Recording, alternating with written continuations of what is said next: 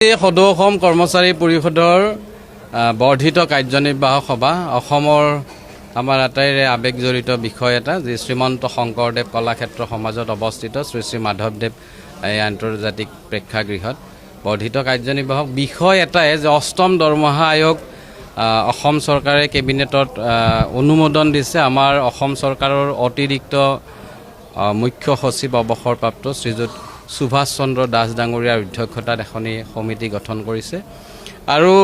সদৌ অসম কৰ্মচাৰী পৰিষদ যেহেতুকে অসমৰ সৰ্বস্তৰৰ কৰ্মচাৰী সমাজৰ প্ৰতিনিধি হিচাপে আমাৰ এটা প্ৰতিবেদন দৰমহা আয়োগৰ ওচৰত দাখিল কৰিব লাগিব আৰু সেই সন্দৰ্ভত কি ধৰণে আমি দাখিল কৰা যায় সদৌ অসম কৰ্মচাৰী পৰিষদৰ অন্তৰ্গত 52খন জিলা কৰ্মচাৰী পৰিষদৰ সভাপতি সাধাৰণ সম্পাদক আৰু কৰ্মচাৰী পৰিষদৰ অন্তৰ্গত বিভিন্ন সংস্থা সংঘ সন্থাৰ সাধাৰণ সম্পাদক সভাপতি আহিছে। তেখেতসকলৰ বিভাগীয় যি দাবী আৰু বিভিন্ন জিলা পৰ্যায়ৰ যি সমস্যা এই সমস্যাসমূহ এই দাবীসমূহ অষ্টম দৰমহা আয়োগৰ ওচৰত কি ধৰণে দাখিল কৰা হ'ব সেই বিষয়ত সকলোৰে পৰামৰ্শ বিচাৰি আলোচনাৰ বাবে আজিৰ এই সভা অনুষ্ঠিত কৰা হৈছে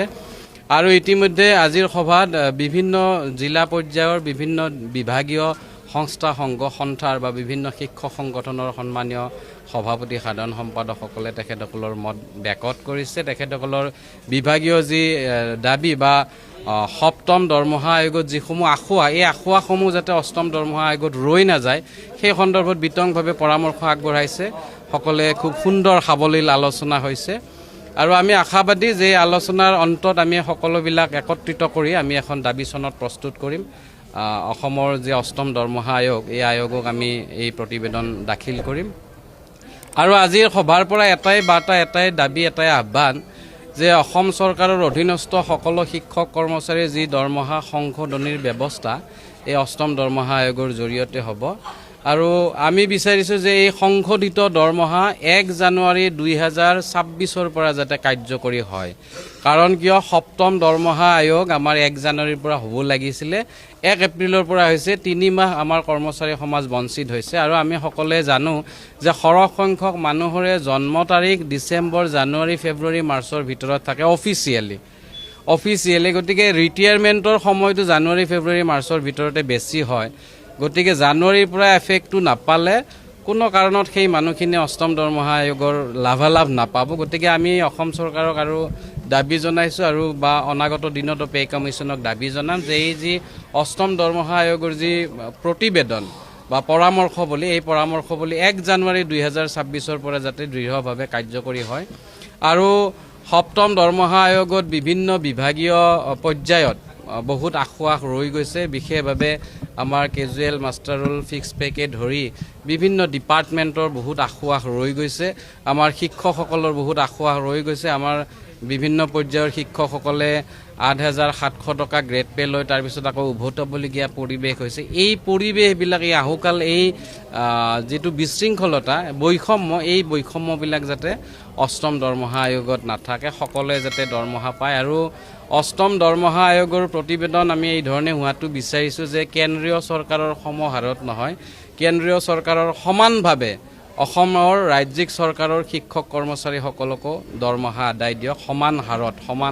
সমানকৈ দিয়াৰ বাবে আমি দাবী জনাইছোঁ আৰু আজিৰ এই সভাতো এই সিদ্ধান্ত হৈছে। ইতিমধ্যে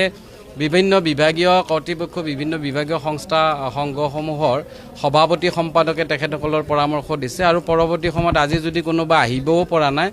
আমি 30 জুন সময় নিৰ্ধাৰণ কৰি দিছোঁ। 30 জুনৰ ভিতৰত অসম চৰকাৰৰ অধীনস্থ বিভিন্ন বিভাগৰ বিভাগীয় সংস্থা সংঘসমূহে তেখেতসকলৰ যি দাবী তেখেতসকলৰ যি পৰামৰ্শসমূহ লিখিত আকাৰত সদৌ অসম কৰ্মচাৰী পৰিষদৰ পাঞ্জাবাৰীস্থিত যি কাৰ্যালয় আছে এই কাৰ্যালয়ত জমা দিব আৰু এইকেইদিন যিহেতুকে ইলেকশ্যনৰ বতৰ ইলেকশ্যনক লৈ সকলো কৰ্মচাৰীসকল আমি ব্যস্ত থাকিম। ইলেকশ্যনৰ পিছতে আমি প্ৰতিবেদন প্ৰস্তুত কৰাৰ কামত লাগিম। ইতিমধ্যে বিভিন্ন বিশেষজ্ঞৰ লগতো আমি কথা পাতিছোঁ। আজিৰ সভায়ক সভাপতি সম্পাদকক দায়িত্ব দিছে যে যেতিয়াই যাৰ লগত বিত্ত বিভাগে হওক বা বিভিন্ন দিশৰ অভিজ্ঞ ব্যক্তিসকলৰ লগত আলোচনা কৰাৰ কাৰণে তেখেতসকলে দায়িত্ব দিছে কাৰ্যনিৰ্বাহক সভাই আৰু সেই ধৰণে আমি অগ্ৰসৰ হ'ম। আজিৰ সভাৰ এইখিনিক লৈ আমি আগবাঢ়িছোঁ আৰু আমি আশাবাদী অসম চৰকাৰৰ বলিষ্ঠ দক্ষ মুখ্যমন্ত্ৰী তেখেতৰ দক্ষতাত বা বলিষ্ঠতাত নিশ্চিতভাৱে অসমৰ কৰ্মচাৰী সমাজে বিগত পে কমিশ্যনত যিখিনি আঁসোৱাহ ৰৈ গৈছিল নিশ্চিতভাৱে সেই আঁসোৱাহখিনি দূৰ কৰি 1 জানুৱাৰীৰ পৰা এই প্ৰতিবেদন কাৰ্যকৰী কৰিব আমি আশাবাদী সমূহ যাতে অষ্টম দৰমহা আয়োগত ৰৈ নাযায় সেই সন্দৰ্ভত বিতংভাৱে পৰামৰ্শ আগবঢ়াইছে সকলোৱে খুব সুন্দৰ সাৱলীল আলোচনা হৈছে আৰু আমি আশাবাদী যে আলোচনাৰ অন্তত আমি সকলোবিলাক একত্ৰিত কৰি আমি এখন দাবী চনত প্ৰস্তুত কৰিম অসমৰ যে অষ্টম দৰমহা আয়োগ এই আয়োগক আমি এই প্ৰতিবেদন দাখিল কৰিম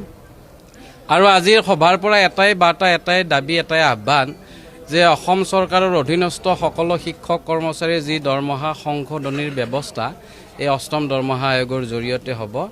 আৰু আমি বিচাৰিছোঁ যে এই সংশোধিত দৰমহা 1 জানুৱাৰী 2026 পৰা যাতে কাৰ্যকৰী হয় কাৰণ কিয় সপ্তম দৰমহা আয়োগ আমাৰ 1 জানুৱাৰীৰ পৰা হ'ব লাগিছিলে 1 এপ্ৰিলৰ পৰা হৈছে 3 মাহ আমাৰ কৰ্মচাৰী সমাজ বঞ্চিত হৈছে আৰু আমি সকলোৱে জানো যে সৰহ সংখ্যক মানুহৰে জন্ম তাৰিখ ডিচেম্বৰ জানুৱাৰী ফেব্ৰুৱাৰী মাৰ্চৰ ভিতৰত থাকে অফিচিয়েলি গতিকে ৰিটায়াৰমেণ্টৰ সময়টো জানুৱাৰী ফেব্ৰুৱাৰী মাৰ্চৰ ভিতৰতে বেছি হয় গতিকে জানুৱাৰীৰ পৰা এফেক্টটো নাপালে কোনো কাৰণত সেই মানুহখিনি অষ্টম দৰমহা আয়োগৰ লাভালাভ নাপাব গতিকে আমি অসম চৰকাৰক আৰু দাবী জনাইছোঁ আৰু বা অনাগত দিনতো পে কমিশ্যনক দাবী জনাম যে এই যি অষ্টম দৰমহা আয়োগৰ যি প্ৰতিবেদন বা পৰামৰ্শ বুলি এই পৰামৰ্শ বুলি 1 জানুৱাৰী 2026 পৰা যাতে দৃঢ়ভাৱে কাৰ্যকৰী হয় আৰু সপ্তম দৰমহা আয়োগত বিভিন্ন বিভাগীয় পৰ্যায়ত বহুত আঁসোৱাহ ৰৈ গৈছে বিশেষভাৱে আমাৰ কেজুৱেল মাষ্টাৰ ৰোল ফিক্স পেকে ধৰি বিভিন্ন ডিপাৰ্টমেণ্টৰ বহুত আঁসোৱাহ ৰৈ গৈছে আমাৰ শিক্ষকসকলৰ বহুত আঁসোৱাহ ৰৈ গৈছে আমাৰ বিভিন্ন পৰ্যায়ৰ শিক্ষকসকলে 8,700 টকা গ্ৰেড পে লৈ তাৰপিছত আকৌ উভতবলগীয়া পৰিৱেশ হৈছে এই পৰিৱেশবিলাক এই আহুকাল এই যিটো বিশৃংখলতা এই বৈষম্যবিলাক যাতে অষ্টম দৰমহা আয়োগত নাথাকে সকলোৱে যাতে দৰমহা পায় আৰু অষ্টম দৰমহা আয়োগৰ প্ৰতিবেদন আমি এই ধৰণে হোৱাটো বিচাৰিছোঁ যে কেন্দ্ৰীয় চৰকাৰৰ সমহাৰত নহয় কেন্দ্ৰীয় চৰকাৰৰ সমানভাৱে অসমৰ ৰাজ্যিক চৰকাৰৰ শিক্ষক কৰ্মচাৰীসকলকো দৰমহা আদায় দিয়ক সমান হাৰত সমানকৈ দিয়াৰ বাবে আমি দাবী জনাইছোঁ আৰু আজিৰ এই সভাটো এই সিদ্ধান্ত হৈছে ইতিমধ্যে বিভিন্ন বিভাগীয় কৰ্তৃপক্ষ বিভিন্ন বিভাগীয় সংস্থা সংঘসমূহৰ সভাপতি সম্পাদকে তেখেতসকলৰ পৰামৰ্শ দিছে আৰু পৰৱৰ্তী সময়ত আজি যদি কোনোবা আহিবও পৰা নাই আমি 30 জুন সময় নিৰ্ধাৰণ কৰি দিছোঁ 30 জুনৰ ভিতৰত অসম চৰকাৰৰ অধীনস্থ বিভিন্ন বিভাগৰ বিভাগীয় সংস্থা সংঘসমূহে তেখেতসকলৰ যি দাবী তেখেতসকলৰ যি পৰামৰ্শসমূহ লিখিত আকাৰত সদৌ অসম কৰ্মচাৰী পৰিষদৰ পাঞ্জাবাৰীস্থিত যি কাৰ্যালয় আছে এই কাৰ্যালয়ত জমা দিব আৰু এইকেইদিন যিহেতুকে ইলেকশ্যনৰ বতৰ ইলেকশ্যনক লৈ সকলো কৰ্মচাৰীসকল আমি ব্যস্ত থাকিম ইলেকশ্যনৰ পিছতে আমি প্ৰতিবেদন প্ৰস্তুত কৰাৰ কামত লাগিম ইতিমধ্যে বিভিন্ন বিশেষজ্ঞৰ লগতো আমি কথা পাতিছোঁ আজিৰ